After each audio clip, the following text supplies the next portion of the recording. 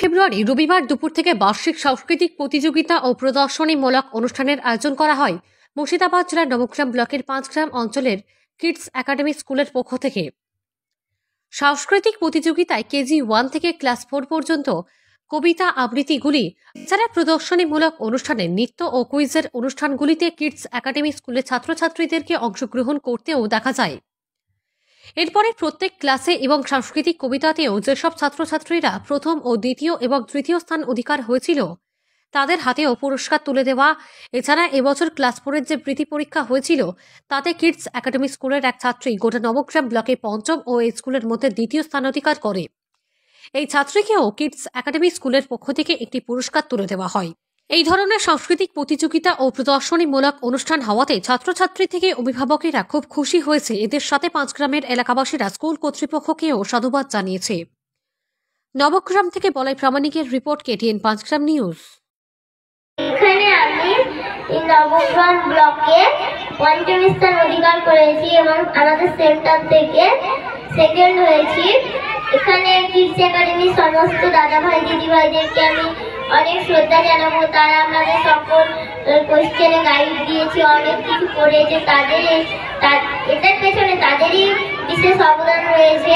আমি তাদেরকে প্রণাম করতে চাই এবং আমি তাদেরকে আন্তরিক শুভেচ্ছা এবং কামনা জানাই।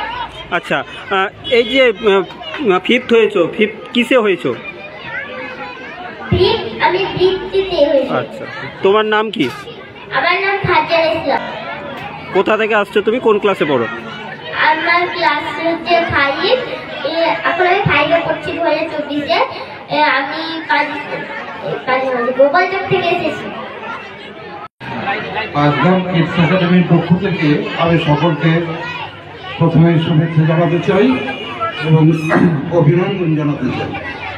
আজকে এই অনুষ্ঠানে সবার যে অংশগ্রহণ এবং প্রত্যেকটা ছাত্রছাত্রী থেকে অভিভাবিকা এবং শিক্ষানুরাগী যে সমস্ত আমাদের এলাকায় লোকজন আছেন তারা যেভাবে আজকে আমাদের এই অনুষ্ঠানে এসেছেন, অংশগ্রহণ করেছেন, তার জন্য সকলকে আমি ধন্যবাদ জানাই। এটা আমরা প্রতি বছরই করি এবং আগামী দিনেও এই ধরনের ভালো ভালো অনুষ্ঠান ও সাংস্কৃতিক অনুষ্ঠান আমরা করতে থাকবো। কিন্তু দেখছি তো আপনাদের স্কুলে যে ফিফথ হয়েছে ব্লকে। হ্যাঁ।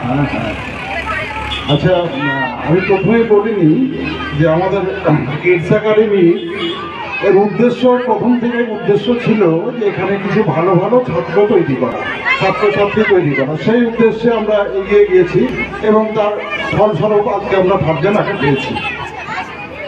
আপনার নাম? আমার নাম নাজমুল হোসেন। আপনি? আমি এই কিডস একাডেমির সম্পাদক।